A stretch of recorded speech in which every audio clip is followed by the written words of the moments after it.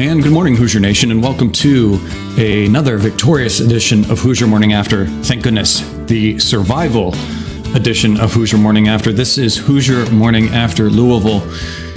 Last night, your Indiana Hoosiers go on to scratch, claw, do all kinds of things, even play a zone to get to the win over Louisville, 74-66, going 4-1 on the season. Surviving New York 1-1, just kind of probably where a lot of us probably thought they would be at the end of this classic. So it's behind us. And even better, something we get to say goodbye to is Jay Williams. Man, that was painful watching that. Give me Robbie Hummel anytime. On that second game, I went to fish so fast. But anyways, to get back to Indiana, good D to start the game. It was definitely a fast-paced game to start. Some great screenplays, just some missed shots to start off. McKenzie, I thought, played well at the beginning. Their first offensive possession for IU was great. We had some action, got the ball in his hands, and he gets it in the air to elevate, is double-teamed, and finds where to get to the basket. So I liked his decision-making and his connection there. Just unfortunately, he gets into foul trouble. 2 quick, easy fouls in the first 2-3 minutes. And that brings in the kind of star to me in this game, Caleb Banks. IU's bench kind of kept this team in it in this first half with great play from him and Walker. Even Sparks had some great contributing. IU had the double-digit lead at one point in the first half, just kind of an unfortunate turn of events to end the first half leads to a missed pass on a fast break from CJ from Xavier, leads to a kind of mismatched defense that couldn't get back completely to every man, and Louisville drains that three, kind of a 5-point swing, a 5-point lead for Indiana going into half. Second half was really the game, a game of runs. IU had trouble with a lot of the screenplays and Louisville's guards just being able to get downhill on them. Got Malik in foul trouble because of that. A lot of our bigs are going to obviously struggle with that. And the way that the game was being called, a lot of fouls were being called and touch fouls. The refs weren't allowing much of that in this game. So a lot of those fouls happened, giving trouble from Malik. And amazingly enough, and it still hasn't come out as to who exactly said it, in the post-radio show to Fish, he asked him about what led to the zone. Why'd you guys go to the zone? And he talked about during a timeout, someone suggested it, and he said, why not? And IU went to that zone, something that, as even Xavier Johnson jokes about, that coach doesn't like the zone and that we don't practice the zone much. We may become a zone team. We may see it a lot more because it was the thing that won this game for IU, leading IU to a 13-2 run at one point to finish off this game. And we'll see what that brings for the defense for Indiana moving forward. I'm your host, Chad Schwartzkopf. With me always, Martha, the mop lady. Martha, your thoughts on this game? I think admittedly going into this one, I mean, I was all sorts of concerned. I was all sorts of worst case scenario. I mean, we talked about it yesterday, breaking down the UConn game, that if you drop a game to Louisville with their struggles and where they've been and what the storylines have been around that program, what's the reaction going to look like going into Thanksgiving? And we knew it wouldn't be good. And I think you look at this on paper and say you at least have to go 1-1 in New York. And with those storylines and Indiana really struggling to find any type of identity on both ends of the court, right? I think to get out of there, and even with what transpired during the game, getting out to the lead, losing the lead down the stretch, and it looked like, man, we might actually drop this game, and for the guys to find a way. And there's a lot of muddy mess in there, and a lot of stuff that is getting worked through. But I think you're starting. You had some signs, right? I mean, what do we do with the zone moving forward? There are some lineups that really for the first time you started to see a little bit of cohesion offensively and little small spurts. And I think with that zone, oddly enough, I think it was the most cohesive we've been on defense all season. So there's some chunks there through all the muddy mess that you can take away from and say, okay, how do we define this moving forward, right? I think there's some lineup changes that might get made. I mean, you look at McKenzie, and I know we'll get into all that, but guy that didn't even play over 10 minutes, and a lot of that's because of foul trouble. But there were some lineups that at times that I think kind of surprised me, and man, this looks like our most cohesive unit that we've had all season. So I think you've got to appreciate the guys finding a way, despite themselves, I guess, at times. And, I kind of take solace in that, knowing that, it could have been easy to fold, right? And, but they found a way. They came out in that zone, forced some turnovers, and got the win. So we leave 1-1, and there's a lot of work to be done. Don't get me wrong. And I think a lot of people are scratching their head right now about where this team's headed, 5 games into the season. I think in a lot of people's mind, the ceiling for this team is a lot lower than it was to start the season. And I get that, but there's also a lot of opportunity to here. It's not like you're 1-4, you're 4-1. So there's a good foundation to build off of, and take this little stretch and find a way to be better, because we've got another couple games, but the competition is going to stay strong. So we've got to figure out a way to build off of this. Well, we've got to take with this team. Obviously, there's lots of questions. There's lots of there was high expectations. Again, we set the bar pretty high as Indiana basketball fans, and we've got to take games like this and know that this is going to be part of the norm for it. We're not going to get answers to everything as quickly as we think or we would like to have them. But we're going to get games like this where we get little answers here and there, and we got to revel in those answers and those successes and those steps forward. It's a step forward. This game was a step forward. It was not a step back. So that was something that was great to say and see from this team. And here's something I haven't done to you yet this year, Martha. Without looking at the stats, close that window. I'm going to quiz you on a guess of stats. Who on the Indiana team had the most rebounds in this game? Who do you think? I'm going to go with Caleb Banks. You won it. He also led us in the stat that's always fun to say, the stocks, which is steals and blocks. He was big in this game. He gets a game ball for me, if you want to say, the accolades.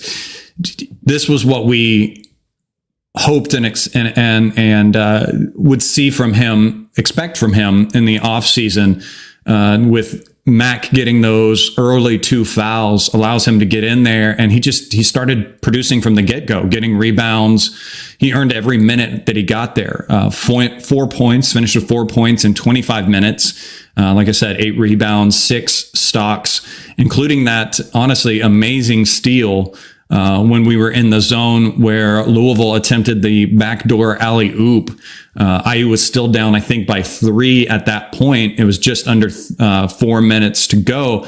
Huge play there, because if they make that alley-oop dunk from that backdoor little person there on Louisville, that's a huge momentum swing for them as well. And so a huge point in the game right there from Caleb, and great to see. It's not only the points that he scored, but it's again, the glue guy thing. We haven't really brought up that kind of term for many players yet this season. And he kind of steps up and does those types of equally on stat sheet and off stat sheet type of plays. And hopefully he can continue to build from here. Your thoughts on Banks's game? I promise I didn't look at the box score when you said that, because there was one rebound that stuck out to me where he had, I think it was early in the first half when he got some early minutes, and he went up and got one. And I think he either had an and one opportunity and it just really stuck out to me, because it seems like we're scratching and clawing and begging for any type of defensive effort like that, or rebounding effort specifically. And, I hate to say people aren't giving effort, right? I think, and, I heard the transfer portal described in with footballs. You can't build a defense specifically to football through the portal, right? You just can't puzzle piece a defense together. And I think there's some truth to that with basketball too. I think you can do it a lot quicker with basketball, but these are so many new faces, and until you face this live competition, it's going, you said it best, right? It's going to take a minute. It's going to take a while. It's going to look really ugly for a while. And but I thought Caleb came in, and we've been begging and asking for it, right? It's like, okay, this is your second year in the system. You've got two guys, and him and CJ Gunn, that have been in the system for a while, played with some of these guys for a little while, and Caleb showed in. I think for Caleb, it's been opportunity and reps, right? I mean, there were times last year where, like, man, he needs to see the court a little bit more. Like, give him a chance. We don't know what we don't know. And I thought he took full advantage of his opportunity yesterday, came in and made an impact. In fact, if you look at the game down the stretch, he was out there with that first five minus McKenzie. He was in McKenzie's spot. So, and there lies some of those roster questions that we've talked about, because it felt like there was a lot more cohesion down the stretch with that lineup. You don't have, a guy at the 3 spot who maybe should be in the 4. We talked about that a little bit, and I think Caleb's a more natural 3. So I think maybe he's part of the resolution, or part of the resolution while we work through some of this. So I was really, really impressed with his play, and he just played with bounce and effort, all the things we've been asking for. So I agree with you giving him the game ball 100%. Yeah, and Coach, obviously the biggest thing that we didn't like about the UConn game was we were out rebounded big time, and that was obviously an emphasis, as Coach Woodson even mentioned in the post game of that, and you could see the concerted effort to stay at that, and Banks was definitely a contributing factor. The other player that I want to switch to next is Anthony Walker. He had a great game as well too. When when Malik got into a little bit of foul trouble, he got out there and just was in the right spots. It was even the leading scorer for IU in the first half with 9. Still not thrilled with him taking that 3-point shot. Think he needs to kind of use that space that they're giving him, because they're going to give him space. Again, your history, even when you're in Miami, your percentage is not high for threes. There's again, it's a reason you're open. It's the old Nick Roberts situation. They're going to sag off you on the 3 because they know you're not a high level making those. So let's shot fake at that. Maybe make them think you're doing it. Dribble in, get fouled, pass it off. Let's make that adjustment, Walker. But other than that, he's one that, again, in the exhibition games, I was excited for, because I saw him go in there as that player, that veteran that had that great IQ and knew the college game and could contribute. And since those exhibitions, he's just kind of looked lost. And this was the first game that I really kind of saw the game click for him, and him do the right things and make the right plays for the team. What were your thoughts on Walker? Yeah, I remember being impressed with him after our first game of the season, and then the last 2 to 3 games, it's been like, man, it's almost felt like a liability with him on the court a little bit at times, just because to what you said, forcing it a little bit, right, and trying to it almost felt like looking for shot first instead of just letting the offense come to him. But when you look at his stat line specifically, I think you mentioned the rebounds, right? I think that's where he made his biggest impact, and with Malik getting in foul trouble, we needed somebody to step up there a little bit. We've already talked at length about some of the struggles we've had rebounding the basketball, and even some of the struggles that we've had getting any type of production for the bench. So to see what Anthony and the rest of the bench were able to come in and do and make a positive impact, I think that's one thing that you can look back on yesterday's game and be like, okay, we that's the type of bench production we need, especially when things aren't going well with foul trouble or things of that nature. So yeah, I think you make a great point when you mention it's like, don't we don't need you necessarily shooting 3-pointers. Your impact is going to be letting the offense come to you, getting rebounds and putbacks, and playing good defense and all the stuff that we need him to do. And I think he did a lot of that really, really well yesterday. And I another guy I was pleasantly surprised with, and just for me now it's about consistency, and it's like, okay, all these guys had a really good game off the bench. Let's see it again the next couple games as well. Yeah, and someone, again, that we're hard about, and it was the reason why we got to see a good Banks in there.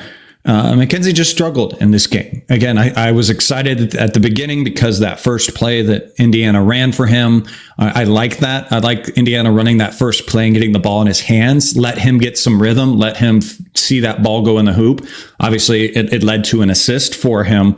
And then we had those 2 fouls that he got out.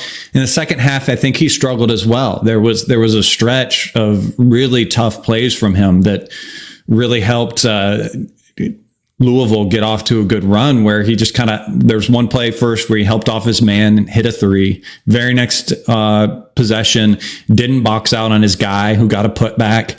Then the very next one, he let his man slip behind him for an alley-oop. That was after that, and he saw the bench, and it's tough. And I get it. And I'm guilty of this as well. We hold him to a high standard because how he was talked up, because of the ranking that was given to him by people in the offseason. We hold him to a high standard and everything. And it was interesting because if you listen to the post-game interview, I think this might have been one of the first curse words dropped by Woodson in the post-game, but he was asked about McKenzie's struggles and everything. And what comes out, and I quote, I'll censor myself though, is Coach says, "That's BS. He's still young. He's still trying to learn the college game." And that's great from Coach to back him up with that. I mean, he's admitting that, yes, he's making these mistakes, but he's a young guy. He's still got to learn. And the best thing I think of this to take away is that his headspace is in the right spot too. You haven't seen McKenzie down on himself. You haven't seen him sulking on the bench when you see those shots. It'll come around, and it may take a long time. But the great thing to take away from this, again, is that there is a guy ready to come in right behind him that can have good games and can contribute and fill in that gap. Your kind of thoughts on McKenzie? Yeah, I think the one thing is you mentioned the good headspace, right? And I think it's awesome that Coach had his back as well, right? I think, and you said it well. Guy comes in with those type of accolades. He's a Duke decommit. He's one of the highest ranked recruits we've had ever. So the expectation is that he comes in and is an impact player from day one, right? And I think at times he's certainly had an impact, but the inconsistency, specifically playing defense, and I think even at times getting lost offensively, there's a massive adjustment going on. Does that mean the skill set's not there? No. So I think it's, as a fan base, we've got to learn to be a little bit patient with that. And I know it can be frustrating, especially when you watch a player be out of position defensively and things of that nature. So, this is where Coach Woodson and the staff are going to be, they're going to earn their paycheck, right? I mean, when they walked into this program, they had Trace Jackson Davis. We talked about it a little bit, and that's easy to I shouldn't say easy, right? I make it sound easy, but that's a nice puzzle piece to have to walk into a new program. And now all of a sudden that piece is gone, and there's a real development aspect that's going to have to take place. I fully trust the staff to be able to do so, but it's a different ask than it's been the last couple of years, right? I mean, you don't have a guy that can go off for 30 points any given night. It's going to have to be a lot of cohesion, a lot of development. You've got a lot of new faces that are going to be asked to develop, and McKenzie falls right into that. And I'm guilty of it too. I mean, I thought he was a guy that could come in and score double figures from the get-go, and kind of expected him to do so, but you see really quickly watching him out on the court that it's a whole new level of basketball for him, specifically on the defensive end. So, he's seen it now. And I think at this point as a fan base, you just have to hope that he slowly starts to get it. And eventually that switch flips. And, along with that comes some increased confidence. And he's the player that we know he's capable of being. Well, and the lucky part is even better, IU's new addition to the coaching staff with player development in Calbert Chaney. I mean, what better of a coach and mentor for him to have to hopefully turn him around. And like I said, confident in the staff, they can get it from him. And I think it's just to not beat a dead horse too much, but just breaking some bad habits of the past from him. Again, he's an athletic kid, like I've said before, and he hasn't had to rely on being engaged on the defensive end in at all. He's just been able to kind of skirt by and everything with his just raw talent and skills. And now is probably the biggest challenge he's had in his basketball career in a long time. So, great staff to have him and support him. And we need to continue to support him as well as from Hoosier Nation. That's not to say we don't hold him accountable for his mistakes and everything, but we just need to know that it's a work in progress that's going to come around. And there's got to be some patience from us as well. Next player that I think had a good game when he was able to be in the game, that is Malik. Still getting into those foul troubles, still struggling with that. I think a lot of that had to do with why Indiana kind of went to that zone where Louisville's just a team that has really good ball screen and really good guards that are physical and very athletic and can get downhill and around their defender very easily. And it puts Malik in tough situations as well when Indiana plays the defense that they play, and he's caused to switch on a lot of those guards. They're able to use their speed against him. So that's kind of, I think, in a nutshell, what caused a lot of that foul trouble for him. But Indiana played him for the last 10 minutes with those 4 fouls and needed the contributions that he had. His great footwork on offense, his ability to just kind of find the holes. And there was even, I think, a triple team at one point that he was able to one dribble out of. And I think he either got fouled or made the basket or some situation like that towards the end of the game, but finishes with 12 points, tied for our second leading scorer in just 26 minutes. He tends to get a few more minutes than that in the game. 5 for 11 from the field, 2 for 3 from the field, 7 rebounds. Great to see him there getting aggressive. Oh, excuse me. That's where, sorry, 3 rebounds from him, 3 for 5 from the field in just 20 minutes. But good to see what he was able to contribute with the limited minutes that he does. Your thoughts on Malik's game? Yeah, I think obviously the bad that you mentioned is just, only being on the court for 20 minutes. The good is in that 20 minutes, a guy that, again, went 3 for 5, strong field goal percentage that we talked about, ended up with 12 points. And I think I remember one of his fouls was off a Xavier Johnson turnover where he was just the guy back on defense and had a guard kind of, like you mentioned, run into him. And, that was one of those fouls where, okay, I'm bigger than you. You're going to run into me. I'm going to get called for the foul. Wrong place, wrong time. So just got to find a way, because I think we need Malik shooting a lot more than 5 times. I think he needs to be shooting the basketball at least 10 times just because of his field goal percentage alone. And you mentioned him fighting through that triple team. That was really impressive to get a shot off against that triple team and get fouled. The other bright spot is 6 for 6 from the free throw line. I think he had a strong performance there yesterday. The team overall had a decent day from the free throw line. So yeah, just a guy that I think we need to start playing our offense through a little bit more. I think when he gets the basketball, the chance of him scoring is really, really high. I mean, his field goal percentage speaks to that. So just want to see him stay on the court a little bit more. But I think it's really, really nice to see it against the competition we've seen it against. Both last night and, in his, limited minutes last night, because we talked last year, he started the season off so strong, one of our leading scorers, and then really had a tough time adjusting to the better competition in the Big Ten. So to see him be able to do it against UConn and Louisville, I think it bodes well for what we might see in the Big Ten, and something certainly to build off of. Well, and it wouldn't be us talking about foul struggles without talking about Xavier Johnson.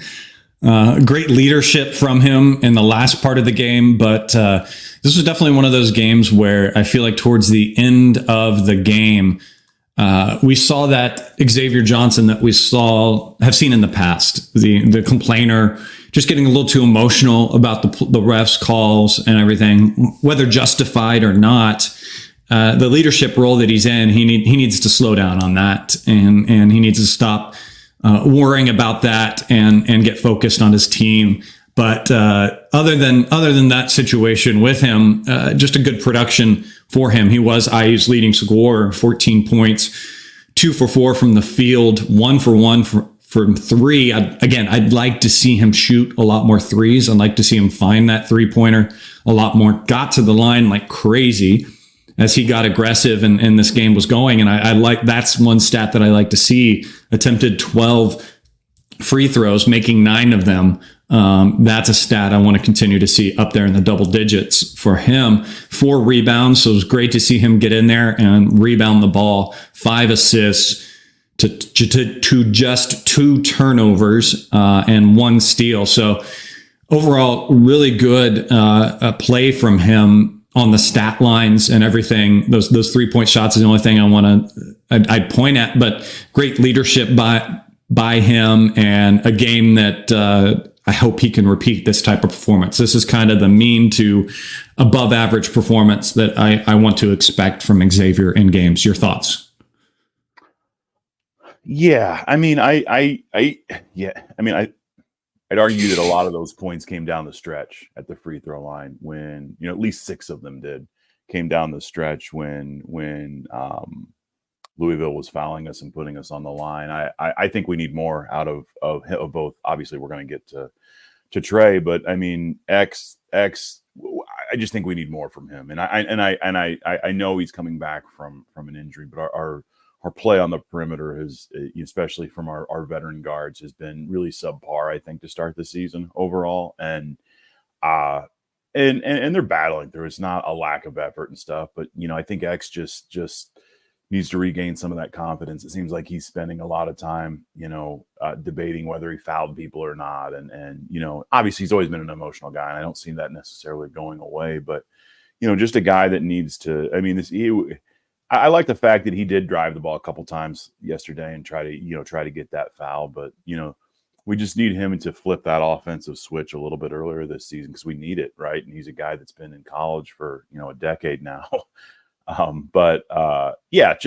think we need a little bit more from him. It was nice to see him hit those free throws down the stretch. I thought there was some offense in moments. He did connect on a 3, which we don't see many of those. So that's certainly a bright spot. But, I just think early in the game and trying to carry us through some of those stretches where offensively Louisville was getting back into it. And I think we can get a little bit more from him and hopefully a performance like that and, having some solid offensive production down the stretch is something that he can do to turn it on. I thought he played pretty well defensively.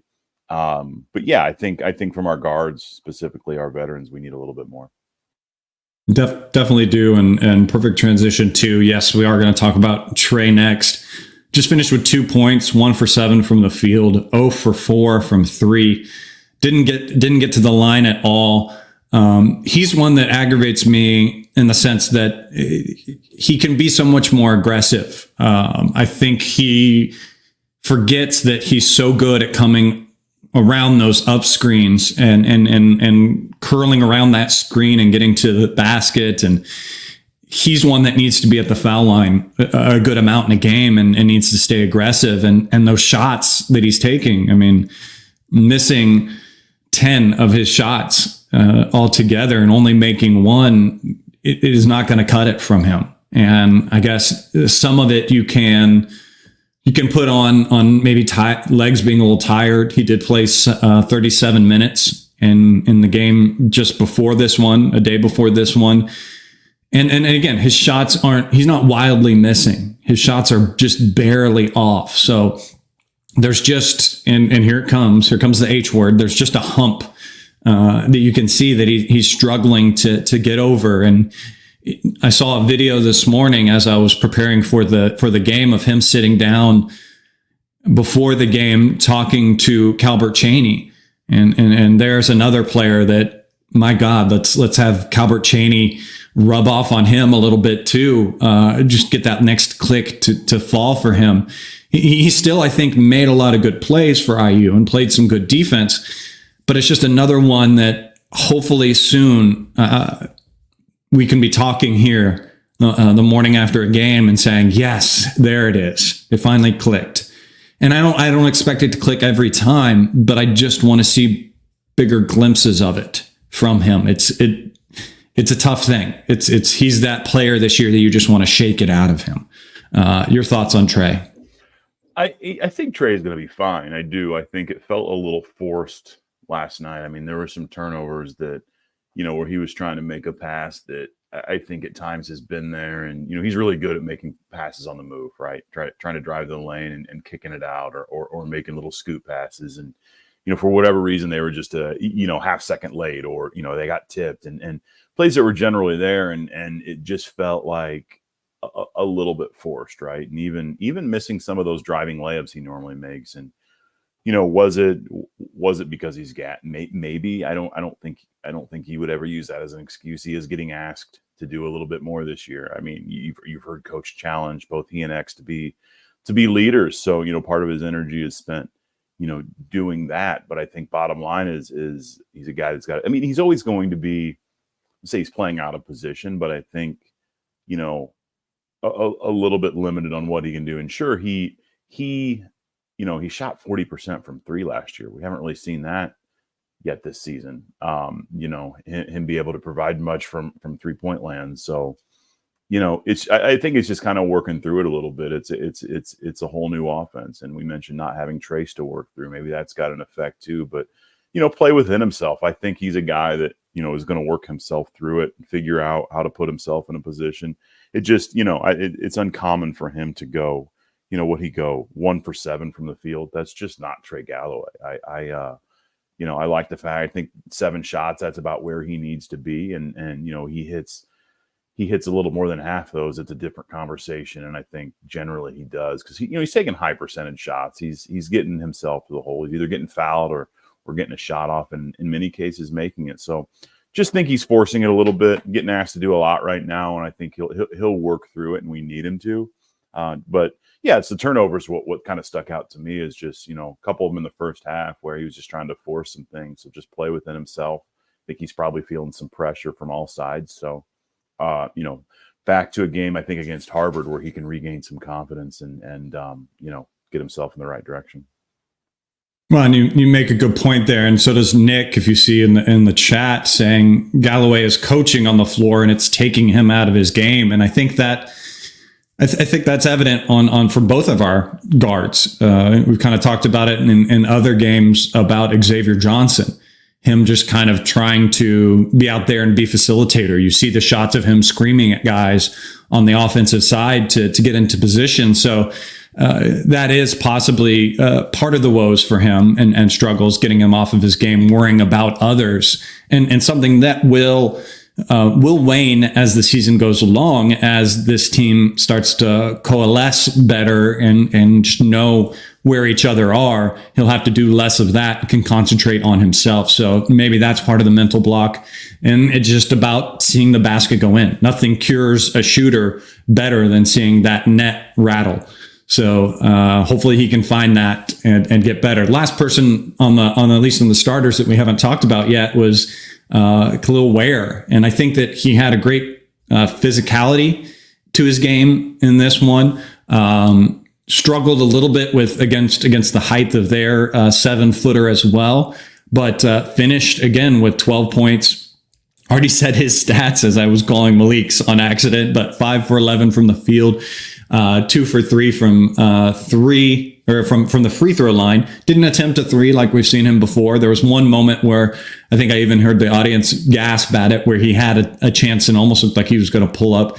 But 7 rebounds, ended with 4 fouls. Again, I think the foul situation was just, again, because of Louisville being able to get into the lane on us.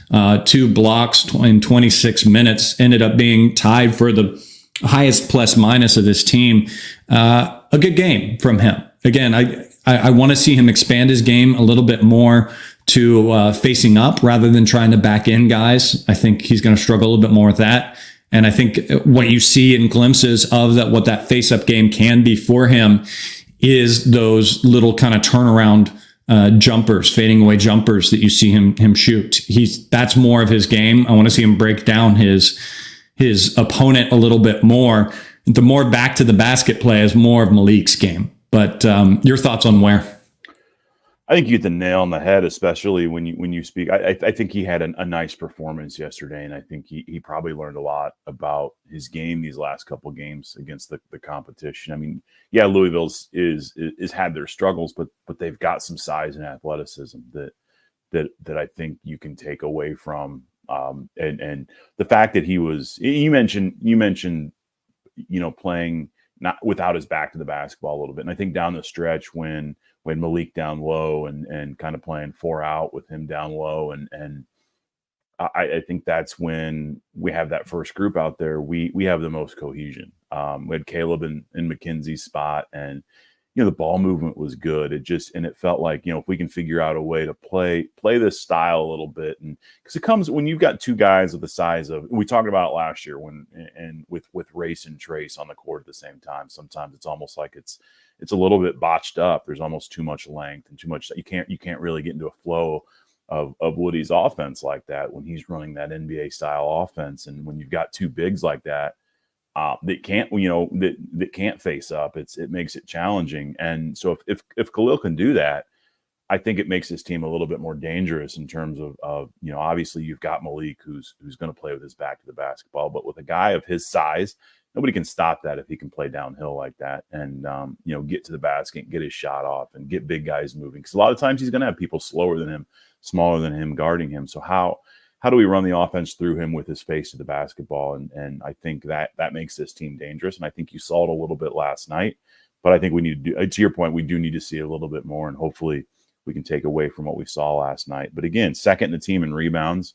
I like the fact that he got 11 shots off. But yeah, you want to see that kind of that physicality continue to increase, especially as we get into the Big Ten season, which we know what that's going to be about, right? He's going to get bumped and bruised, and so I'm curious to see how he responds to that. But I think you had a little bit to take away from last night. Yep. Moving on over to stats. To me, the best stat of the game that you look at is just 30 points from the bench. Amazing contribution from the bench in this game, in this team.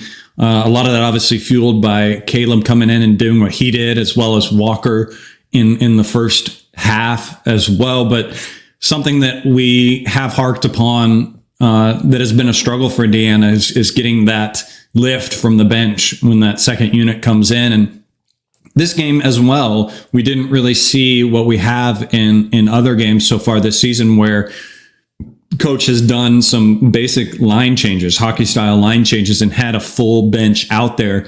The bench was more peppered in, and I think that was a better suited kind of combination for this team to have a few starters sprinkled in with some bench players that could get some rhythm with each other. So I really liked what that did for the team. Other one obviously is I mentioned before, the stocks, the steals and blocks, 15.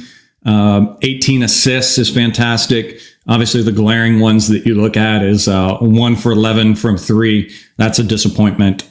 Something that obviously needs to improve. Maybe will as players get some confidence. What are some stats that stood out to you?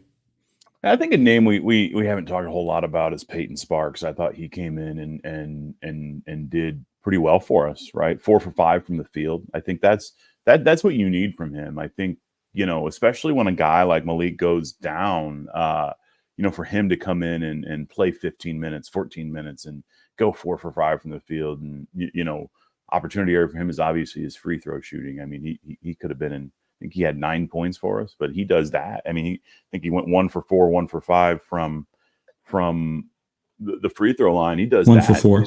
Yeah. He's one of our, he's right there with the leading scorers. I don't know what his plus or minus was from the game, but it felt like he came in, and made an impact just with his energy, his effort. He was on the court during that run in the first half, and I feel like he played very, very valuable minutes in Malik's absence. And with Malik's history with foul trouble, we're going to need that. We're going to need that guy to come in and back up Malik. So it was good. It was good to see that, specifically from the bench that we've griped about for some time.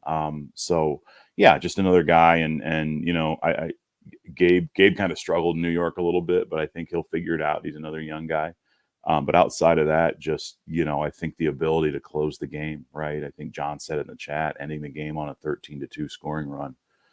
Impressive. And a lot of that was I think the defense created for the offense was, yeah, you scratch your head a little bit. It was a zone, right? Who knows how much zone we'll see. And it was a shock to Woody and all that. But, to be able to adjust defensively, I think it caught Louisville off guard, created some turnovers, and we were able to capitalize offensively. I think that's the momentum you got to take, the win from this game. Yeah, there was a lot of ugly, but you can point back at that and say we were able to close, and we were able to close because of our defense. That's for this squad, from what we've seen this year, that's a massive win and a massive takeaway from this game. Yeah, and I think after this, I'm going to get to Twitter, and right now I'm going to say it as well. I'm a big challenge to the IU sports writers and everyone out there. Rabbi, I'm looking at you. Zach, looking at you as well. Maybe we need to pull Tyler from Iowa to get down to this. But we need to find out who was that assistant or who was the person in the huddle that suggested going to zone. Very curious as to who suggested that, because obviously it sounds like it wasn't Woodson that had that idea. He's pretty set on his nail slot rim defense. So hope to see it some more. Hopefully that opened Woody's eyes to that adjustment that this team can go to when they're getting broken down and are struggling. They may get a few more reps in practices this week going into that. So overall, what are your thoughts on Indiana playing that more zone and the coaching staff making that change? Well, at this point, whatever works, right? I mean, it's I think when you're looking for answers defensively, and obviously I think the zone, wrong, right, and different, obviously it gets the rap of allowing defenders, I think in some people's mind, it allows defenders to be a little bit lazy. I think in Indiana's case, and when it's run correctly, it's, while we're adjusting specifically to the new faces, to the new team, I think it allows us to build some confidence defensively. It allows us to see maybe the court a little bit better. So if it's the answer right now, I'm all for it. I worry about a team that shoots the basketball really well, and us being able to rotate, defensively enough to get out and cover the three when the ball's, swung around to the opposite side of the court. So yeah, I mean, I don't want to see us go to it 100% of the time, but I think at times if we need to run it, to give teams a different look defensively, I'm good with it. So yeah, I mean, it got the job done. And I think you have to take that for what it's worth. And, hopefully that we figure out some things man to man, because I don't think we'll be able to rely on the zone defense for the remainder of the season. Yep. And Nick in the chat proving that he has some psychic abilities, because next on my notes to talk about was Victor there at the game. As he mentioned, Calbert Chaney comes to Victor at the end of the game and pulls him into the locker room and go to probably any of Indiana's social medias, and you can listen to what Vic said to the team in the locker room. But to just kind of summarize, great to have him in there, and great to have the coaching staff have a current pro talking to these guys and driving home what probably is already being said by past players and staff members of how special it is to play for Indiana, and talking about the jerseys. He said, great to see that the names still aren't on the back. So there's Victor. Victor's in that Indiana basketball argument. There's Victor's stance in that. But Victor talks about how important it is to rep the team like the program like Indiana. What kind of university Indiana is, how it takes care of their players in the future, and what kind of family and strength that brings, and what it's done for him and everything. So great little speech by him. Go check that out. Your thoughts on Victor's words to the team? Yeah, I mean, if that doesn't get you pumped up, I'm not sure what does. And almost to me, it came off as kind of a reminder, as a challenge, because I think a lot of that can get lost. And the landscape of college athletics has changed considerably in the last 2 to 4 years, if you will, with name, image, and likeness. And while I like all that stuff, I do, but I think at times it can get lost on when these kids are looking for a school, a lot of it is what can this program do for me, and a lot of that is based around NIL, and you can transfer in and out and things of that nature, and I think sometimes the big picture can get lost at times, and I think Vic, being a guy that's come through the program, and those kids know who Vic is. Those kids know, they know him from, his time at Indiana, his time in the NBA. He's a guy that when he speaks, it matters. And so to hear that from him, I think is a reminder these guys need. And I love the fact that he challenged it a little bit. How many times did he say, play like it, when he was making points about, playing for Indiana. So to hear a guy like that say that and come back and say this program is bigger than me, it's bigger than Coach Woods, and it's bigger than one person, I think is, hopefully that lands well with the guys. I think it will. And my hope is that we look back on everything involved with this trip and we point back to it and say that's where some things clicked for Indiana. Right. And I think that's because the talent's there. We know that. Right. And they're working through some stuff. I think some of it's, fundamentals and things of that nature. Some of it's between the ears. But I think once they put it all together with the skill set and athleticism they have, I think that this team can really do some things. So hopefully that speech and everything that transpired, figuring some things out, we look back on it and say, yep, we some things clicked there. So that's my takeaway, but it was an awesome speech. Yeah. And like you said, I think this hopefully is that moment. It was definitely a game where we learned a few things. A few players learned a few things about themselves as well. And then to add that cherry of Victor driving some things home to these guys. Hopefully, we'll see. IU's got a whole week of practice basically ahead of them. Next game that they play is Sunday, the 26th against Harvard. That's on Big Ten Network. Remind me, that game's the one played in Indy. Am I correct in that? You indeed are correct. I believe so. So obviously, lots of seats up there to be had in that game. And if you have extra seats, Martha, tell them what they can do about those seats. Yeah, as always, and thank you, Chad. Any tickets that you cannot use specifically over the holidays, right? Everybody's kind of together for the holidays. Folks are more accessible. A lot of home games over the holidays. So if you got tickets, can't use them, consider us, if you would, the Hoosier Ticket Project, HoosierTicketProject.org. There's a donate button on there. Or if you know of a family in your life that could really benefit for some time together as a family and maybe don't have the means to go, you can certainly go on there and nominate them too. Incredible kind of Christmas holiday gift to others. So if you know of a family in need, financially, or that just could use that time with their kids for whatever reason, you can go on and kind of tell us a bit about them, and we'd love to try to help there. So HoosierTicketProject.org is the place to go. Thanks, Chad.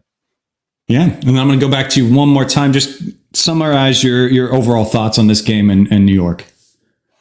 Yeah, I think there's a lot of people scratching their head right now, and rightly so. I get it, right? I mean, you look at the data and the stats and the KenPom, or 80th KenPom, and I don't think we can get.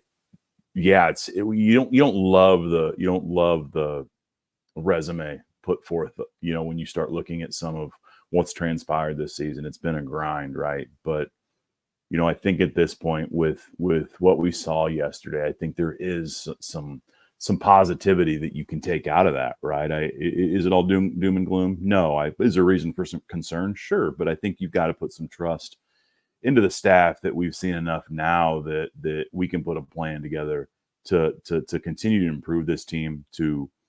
I think hopefully the team gained some confidence in themselves yesterday. So I think I guess my thoughts are, let's let this play out, right? The competition is going to stay heavy. If there's one thing we've seen, that the Big Ten is they're taking their lumps, right? I mean, a lot of Big Ten teams already have a loss this season, and some of those losses are a lot uglier than ours to UConn. So, I think take that for what it's worth. We're going to have plenty of opportunities to improve. We're 4-1.